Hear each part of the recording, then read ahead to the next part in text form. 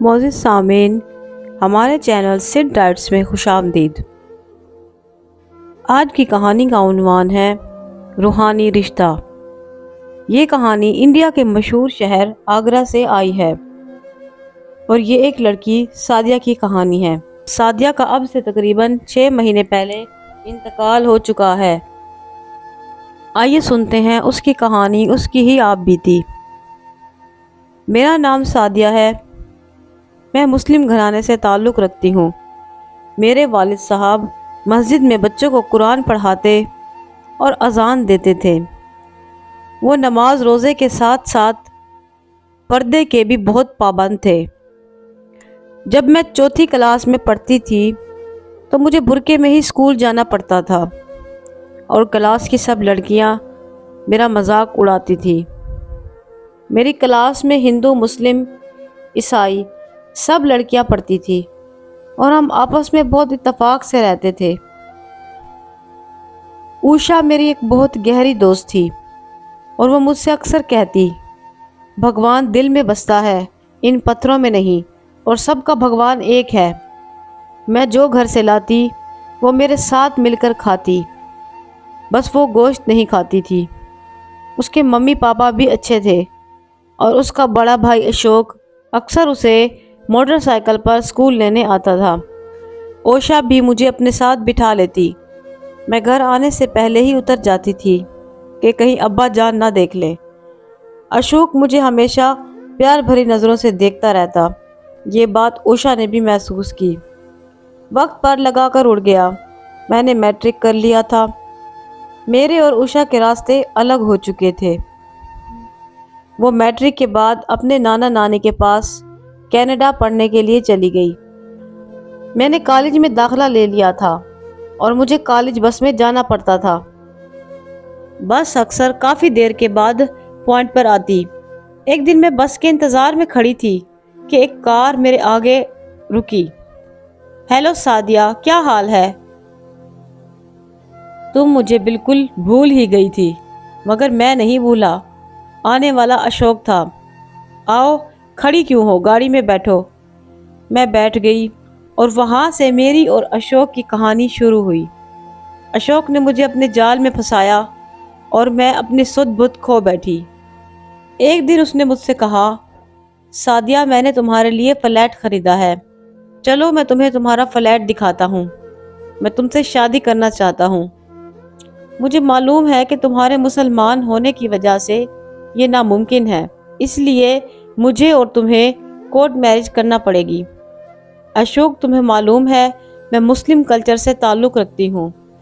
میں اسے سمجھانا چاہ رہی تھی لیکن وہ بولا، سعدیہ، مجھے مسلم کلچر بالکل پسند نہیں، مگر مجھے تم بہت پسند ہو، اس لیے مجھے منظور ہے شادی کے بعد تم اپنا کلچر اپنانا، مجھے کوئی اعتراض نہیں ہوگا۔ جب ہم فلیٹ پر پہنچے تو میں بہت خوش ہوئی۔ فلیٹ بہت ہی خوبصورت تھا۔ اشوک نے اسے بہت اچھی طرح سجایا تھا۔ ادھر ادھر کی باتوں کے بعد اشوک کولڈ ڈرنک لے آیا۔ اس نے مجھے کولڈ ڈرنک پیش کی۔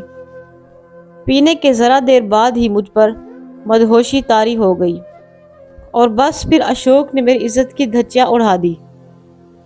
جب مجھے ہوش آیا تو مغرب ہو چکی تھی۔ میں یہ سوچ کر پریشان ہو گئی تھی کہ ابا اماں پر قیامت گزر گئی ہوگی کہ سعدیہ کہاں چلی گئی۔ میں نے دروازہ کھولنا چاہا تو وہ لاک تھا۔ باہر نکلنے کا کوئی راستہ نہیں تھا۔ میں ڈر کے مارے رونے اور اللہ سے فریاد کرنے لگی، اے اللہ، تو گناہوں کو معاف کرنے والا ہے، مجھے معاف کر دے اور مجھے اس دلدل سے نکالنے کا کوئی راستہ دکھا۔ میں رو رو کر اللہ سے فریاد کر رہی تھی کہ مجھے دوسرے کمرے سے کسی کی آواز سنائی دی، ادھر آؤ سعدیہ بیٹی۔ میں فوراً اس کمرے کی طرف بھاگی اور لاک خود بخود کھل گیا۔ جب میں کمرے میں پہنچی تو دیکھا ایک بزرگ جائے نماز بچھائے نماز پڑھ رہے ہیں۔ سلام پھیرنے کے بعد انہوں نے میری طرف دیکھا۔ خوف کے مارے میری چیخ نکل گئی۔ وہ بزرگ تو تھے مگر ان کے چہرے کے خد و خال ایک مردہ انسان جیسے تھے۔ اچانک وہ بولے، تم مجھ سے ڈرو مت، میں سخاوت علی ہوں۔ یہ فلیٹ میرا ہی تھا۔ چند مہینے پہلے اسے اشوک اور اس کے دوست نے مل کر میری بیوی سے خریدا ہے۔ میری بیوی اور میرے بھائی نے جائیداد کی وجہ سے مجھے زہر دے کر مارا ہے، اور اسی فلیٹ کے اس کمرے میں میرے ٹکڑے دبا کر اوپر ٹائل لگا دی۔ ٹائل لگانے کے کام سے میرا نکما بھائی واقف ہے، اس لیے یہ راز کسی کو پتہ نہیں چلا۔ میری کوئی اولاد نہیں تھی۔ میں نے بیوی کو ہر طرح سے عیش و آرام میں رکھا، مگر وہ مجھے یہی کہتی تھی تم مجھے اولاد نہیں دے سکتے۔ میں ایک بہت بڑا بزنس مین تھا، میں چاہتا تو دوسری شادی کر سکتا تھا، میرے پاس دولت کی کمی نہیں تھی، مگر میں اپنے اللہ سے ڈرتا تھا۔ میں نماز کا اور روزے کا پابند تھا، میں کسی کو تکلیف میں نہیں دیکھ سکتا تھا۔ میری اس نیکی نے مجھے اس حال پر پہنچایا۔ وہ دونوں ڈالر سمیٹ کر کہیں چلے گئے اور میری روح یہاں بھٹک رہی ہے۔ میں نے کبھی کسی کو نقصان نہیں پہنچایا۔ اگر میں برا ہوتا تو میں بہت کچھ کر سکتا تھا۔ بیٹی، اشوک بہت عیاش آدمی ہے۔ وہ یہاں روز ایک لڑکی لاتا ہے اور عیاشی کرتا ہے اور فلیٹ سے چلا جاتا ہے۔ میں کبھی اس کمرے کی طرف نہیں گیا، وہ ناپاک جگہ ہے۔ تمہارے اللہ سے رو رو کر فریاد کرنے سے میرا کلیجہ ہل گیا۔ مجھے پتا ہے کہ تم نیک ماں باپ کی اولاد ہو، مگر تم اشوک کی وجہ سے بہک گئی۔ اب تم بہت حوصلے سے کام لو۔ اگر تم نے جرأت سے کام نہیں لیا تو وہ تمہیں کسی کے ہاتھ بیچ دے گا، اور اس کا یہی کام ہے۔ میں جیسا کہتا ہوں تم ویسا کرو۔ اشوک اب رات کو آئے گا اور شاید اپنے دوستوں کو بھی ساتھ لائے۔ تم وقتی طور پر اس کی ہاں میں ہاں ملانا۔ ابھی تم ایسا کرو جیسا کہ اب بھی وہ تمہارے لیے قابل اعتبار ہے۔ جب اشوک اور اس کے دوست آئیں تو خوش دلی سے انہیں فریج میں رکھی ہوئی شراب پیش کرنا اور اتنی پلانا کہ وہ مدہوش ہو جائیں۔ وہاں بیڈ کے پیچھے ایک موٹا سا ڈنڈا رکھا ہے، بس تم ان کی مدہوشی سے فائدہ اٹھا کر اس طرح وار کرنا کہ وہ زخمی ہو جائیں۔ تم اشوک سے چابی حاصل کر کے ان کو کمرے میں بند کر دینا اور یہاں سے بھاگ جانا۔ اور ہاں، کچن کے برابر میں ایک کمرہ ہے اور اس میں ایک الماری ہے۔ اشوک اس الماری کی چابی کمرے میں رکھے گلدان کے اندر رکھتا ہے۔ اس الماری میں اشوک اپنے لیے رقم جمع کرتا ہے اور اسی رقم سے وہ عیاشی کرتا ہے۔ تم کچھ رقم یہاں سے نکالو اور تم سیدھی بمبئی چلی جاؤ۔ وہاں میرا چھوٹا سا فلیٹ ہے جس کے بارے میں میری بیوی کو نہیں پتا۔ یہ کہہ کر انہوں نے جائے نماز کے نیچے سے چابی نکال کر مجھے دے دی۔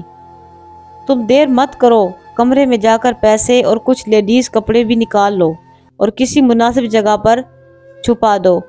آنے والے وقت کے لیے تیار رہو۔ میں نے تیزی سے کمرے کا رخ کیا، گلدان میں سے چابی نکالی اور الماری سے کچھ کپڑے، ایک بیگ اور رقم نکالی جو کہ 20,000 کے لگ بھگ تھی۔ وہ بیگ میں نے دروازے پر پڑے پردے کے پیچھے چھپا دیا۔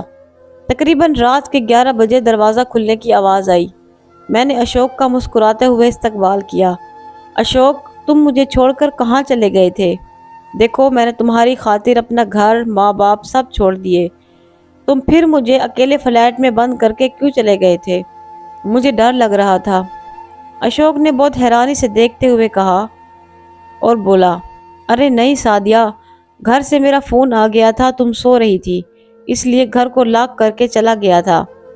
میرے ساتھ میرا دوست راجن بھی آیا ہے، وہ تم سے مل کر بہت خوش ہوگا اور وہ کورٹ میں ہمارا گواہ بھی بنے گا۔ اس وقت راجن کمرے میں داخل ہوا تھا، وہ پہلے ہی نشے میں تھا اور مجھے بری نظروں سے دیکھ رہا تھا۔ یار سعدیہ، فریج میں سے ایک ڈرنک تو لے آؤ، اس خوشی میں جشن مناتے ہیں، تم بھی ہمارے ساتھ ہی پینا۔ میں ڈرنک لے آئی اور ان کو پیک بنا کر دیتی رہی۔ دونوں نشے میں دھت ہو گئے۔ میرے کانوں میں بابا سخاوت کی آواز گونجی، بس بیٹا اب جلدی سے اپنا کام پورا کرو۔ میں نے فوراً ہی بیڈ کے نیچے سے لکڑی کا ڈنڈا نکال کر ان دونوں کے سر پر وار کر دیا۔ دونوں کے سر پر گہری چوٹ لگی تھی، وہ فوری بے ہوش ہو گئے تھے۔ میں نے فوراً ہی اشوک کی جیب سے چابی نکالی اور انہیں کمرے میں بند کر کے بیگ اٹھائے بابا کے کمرے میں پہنچی۔ بابا، میں آپ کا شکریہ ادا کرنا چاہتی ہوں۔ جاؤ بیٹا، کہیں ان لوگوں کو ہوش نہ آ جائے۔ بابا کی ہدایت پر میں فوراً فلیٹ سے نکل کر روڈ پر آ گئی۔ آٹو میں بیٹھ کر سیدھی ریلوے اسٹیشن پہنچی اور بمبئی کا ٹکٹ لیا۔